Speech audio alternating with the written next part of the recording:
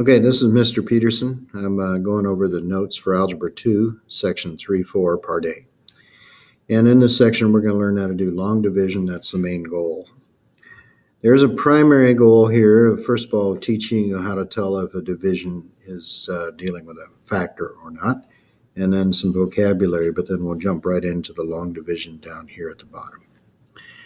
Okay, the relationship between factors and division. When a number divides into another one without any remainder left over, the divisor is said to be a factor of that dividend.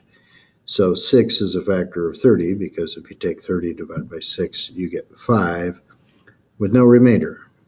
A remainder of 0, you might say it that way, but there's nothing left over. 6 times 5 is exactly 30.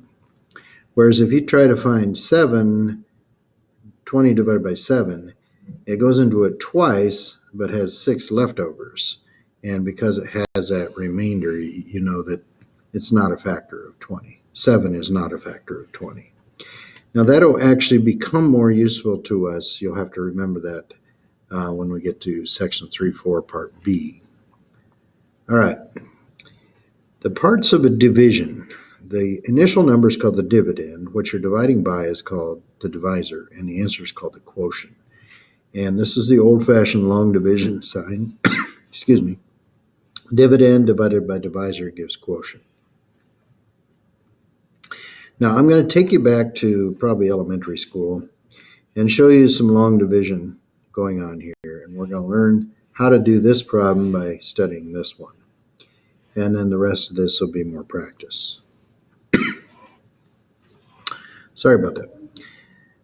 Okay, so 6,607 divided by 31. Now, I'm going to make a comment here. This 0 here is a placeholder, and it's necessary. And that'll have an application when we get to this problem. Okay, long division requires you to go through a loop. First thing to do is to estimate.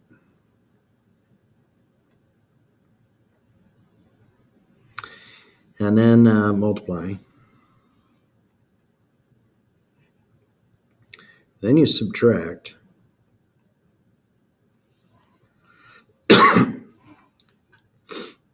And bring down more information.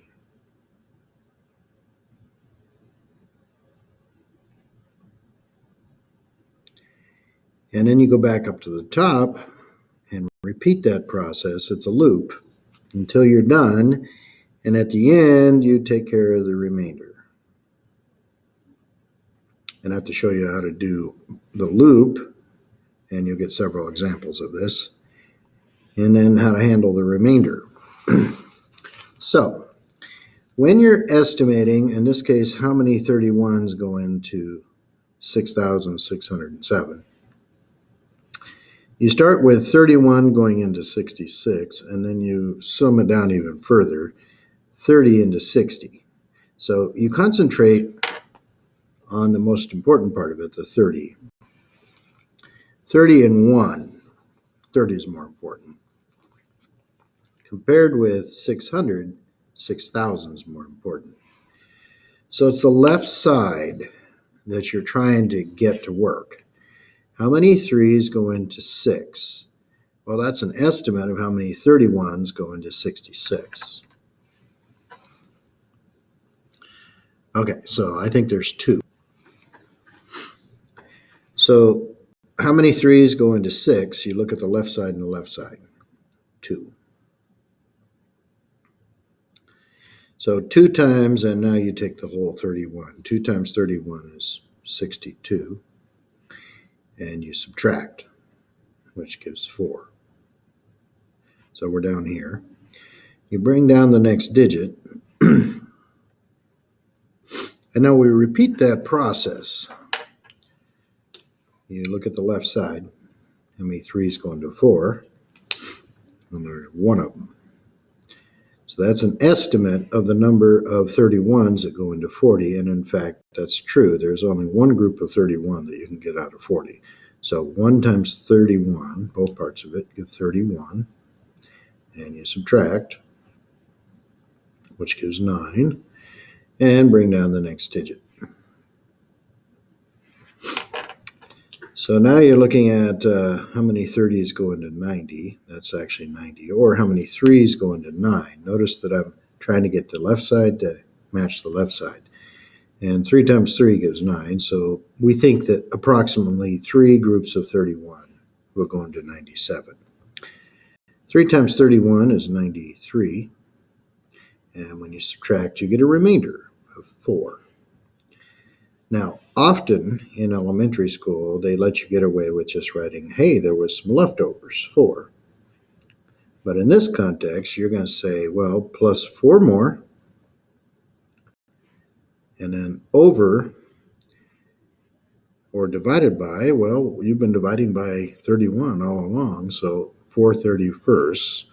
And that's the style that we're going to be using over here. You take this remainder, positive or negative. If it's positive, say plus 4. If it were negative, you'd say minus 4. And you write it over the divisor again. Now, this could be written like this, 213 and 4/31. These are all options. This is the one you use with young kids who don't really understand mixed numbers.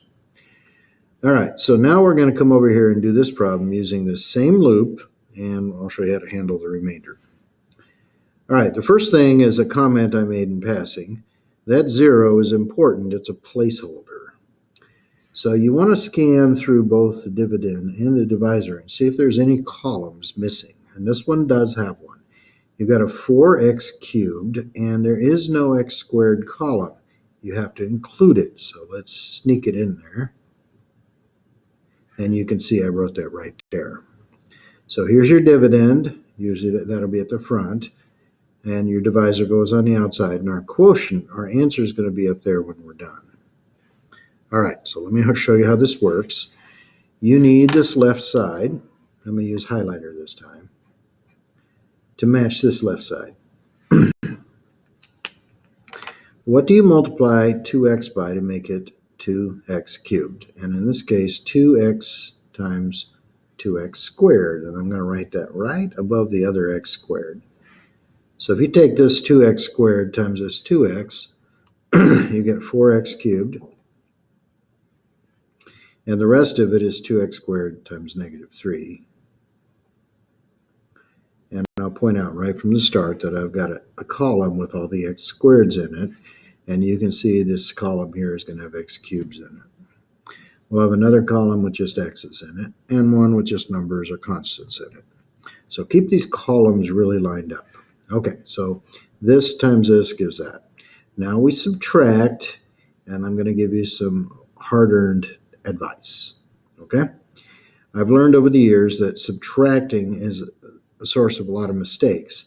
So you're going to do the equivalent, which is adding the opposite. So you're going to see me changing this to adding the opposite, and I want you to do it that way. What should happen now is that these cancel. They do. And when you add these, you get 6x squared, and you bring down your next digit, minus 1x there. Okay, so we have 6x squared minus 1x, and we're going to start that loop again. We want to find out how many 2x's we can get out of this 6x squared. Well, you're going to multiply. To get this 6x squared, you need to multiply by 3x.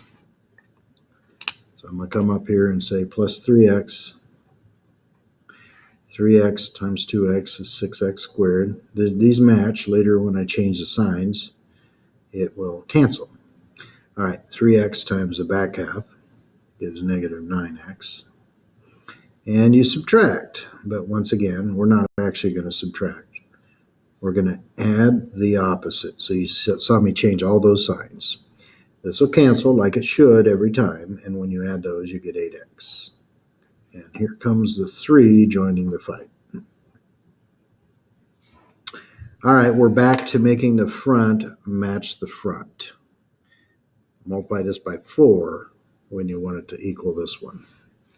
So I'm going to say plus 4 here. And we're trying to make that 2x here turn into this 8x here. That's how I chose 4.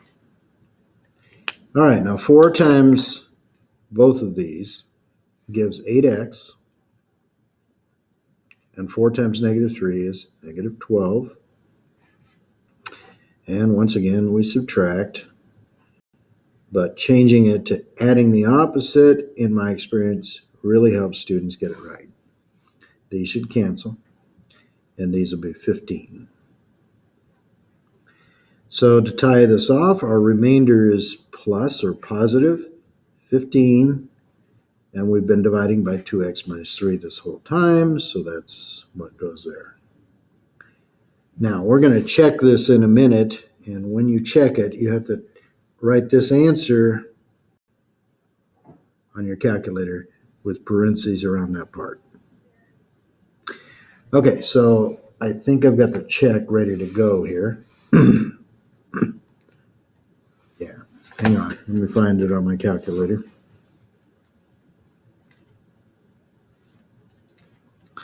All right, so I'm going to store some random number for x. You guys know my favorite is 1.23. Hit the store key and the x key. Now that's what it's using, just an arbitrary number I picked for x. Now somewhere up here, I've got the original printed out.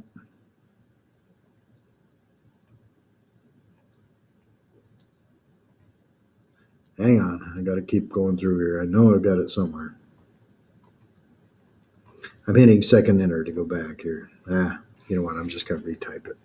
So here's the original, parenthesis, 4x cubed minus 1x plus 3 divided by 2x minus 3.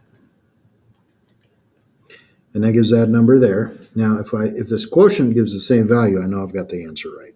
So 2x squared plus 3x plus 4 plus 15 divided by, okay, here's the parentheses I was talking about, 2x minus 3. And you get the same value both times. That answer is legitimate, and we've checked it correctly.